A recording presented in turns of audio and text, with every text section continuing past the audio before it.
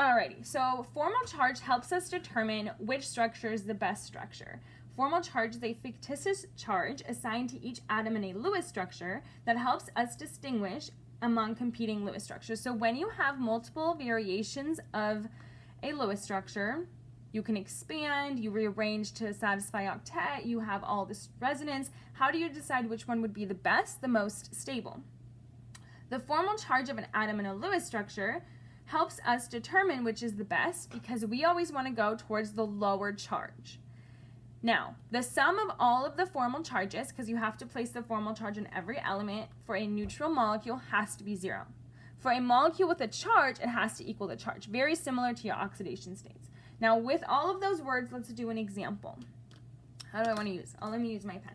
So let's do OCN minus. So this is great because this is going to be a Lewis structure with a charge. How many total electrons do I have? 6 plus 4 plus 5, right? Plus 1 because I have my 1 electron there. So that comes out to be 16 electrons. Now, which is going to go in the middle? Oxygen, I know, can make 2 bonds. Carbon can make 4. Nitrogen can make 3. So my carbon's going to go in the middle. My oxygen and nitrogen will go around. 1, 2, 3, 4. 1, 2, 3, 4, 5, 6. 1, 2, 3, 4, 5. So then I can see I can make my bond for oxygen, for example.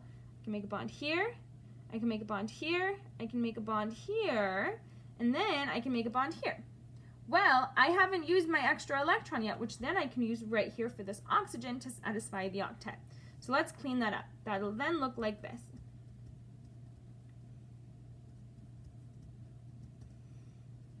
Now, since this is a charged species, I have to put it in brackets with the charge on the side. Otherwise, instructors will say, well, where did you get 16 electrons from? This should only have 15. Awesome.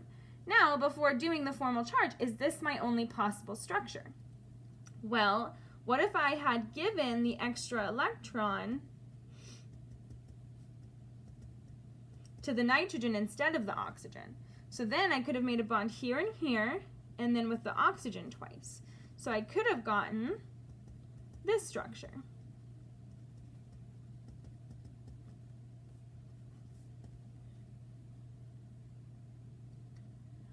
So now that I've tried the electron on the oxygen and the electron on the nitrogen, let's see which one is the better structure. The way that we're going to do that is by calculating formal charge.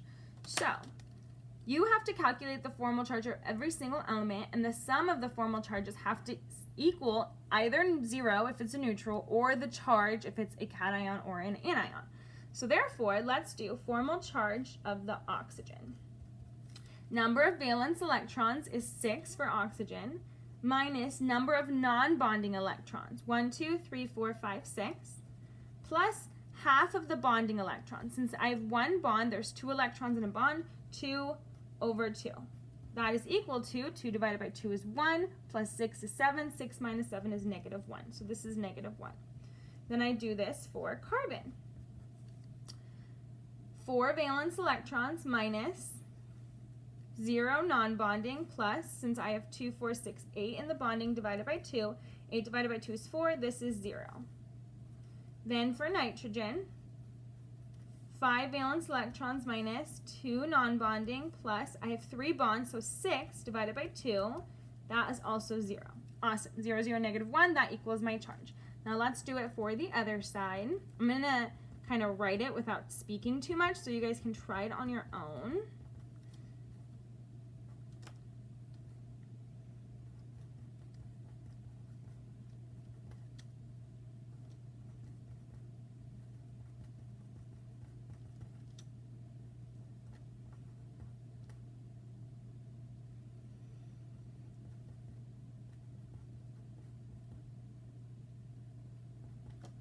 So oxygen, 6 valence electrons, 4 non-bonding, plus the 4 over 2 for the bonding, that's 0.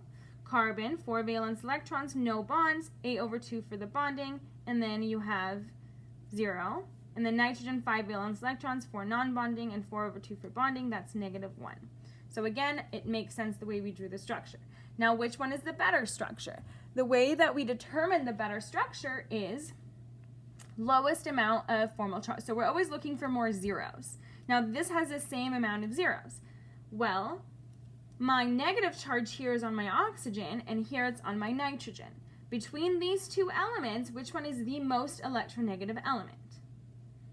Oxygen. So this is the better resonance structure because oxygen is more electronegative than nitrogen. Now, what does electronegativity mean? It is the ability for an atom to attract electrons. So it made sense for the electron, the extra electron, to go to the oxygen. Therefore, this is the better structure since it is the more electronegative element. Putting all of what we just learned into practice, now, phosphate and dichloride heptaoxide you will have to do on your own, and you can check your answers, but let's walk through sulfate. Now, little nomenclature practice in polyatomic ions. Sulfate is SO4 2 minus. How many electrons is that in total? I have 6 for oxygen and 4 of them, so that's 24. Then I have 6 for my sulfur, which is 30, and then I have my 2 extras, which is 32. So I have 32 electrons. So I know sulfur will go in the middle. They both can only make 2 bonds, but I have 1 sulfur and 4 oxygens. They have to bond together, so sulfur has to go in the middle, and my 4 oxygens have to go around. Well, if I want to satisfy my octet for sulfur, then I have to bond each once, 2, 4, 6, 8. So now my sulfur is satisfied. Then, if I want to satisfy the octet for oxygen, I would have to put 6 pairs of electrons around each. Now I have to put this in brackets and a 2 minus charge because I added 2 electrons. Now let's double check. Each of these has an octet, and I have 2, 4, 6, 8 4 times, so I have 32 electrons. But that's not my only possibility. Now what if I did sulfur, oxygen, oxygen, oxygen, and oxygen with my 6 valence electrons around it?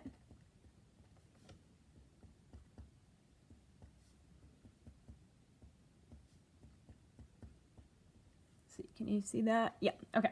So then I can bond here, I can bond here, I can bond here, and I can bond here. Well, I still have this electron and this electron that are not bonded, and because I'm using just the valence electrons, I haven't used my 2 extras. Well, if I make a bond right here and right here, then I'm going to give my 2 electrons to this oxygen and this oxygen. So to clean that up, it'll look like this.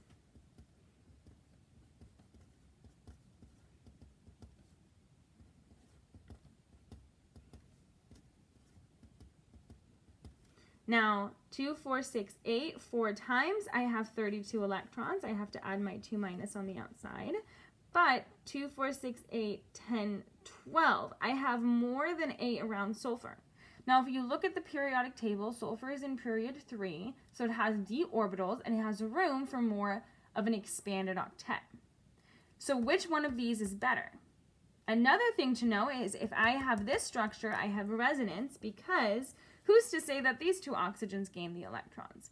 Each oxygen has the same electronegativity.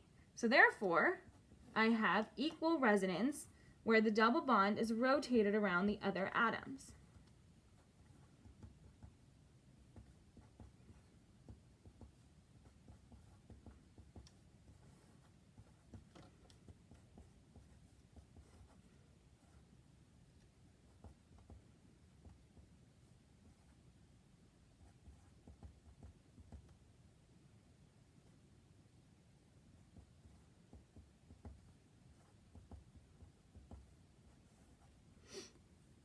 And you would do this until you have all of your configurations of the double bond.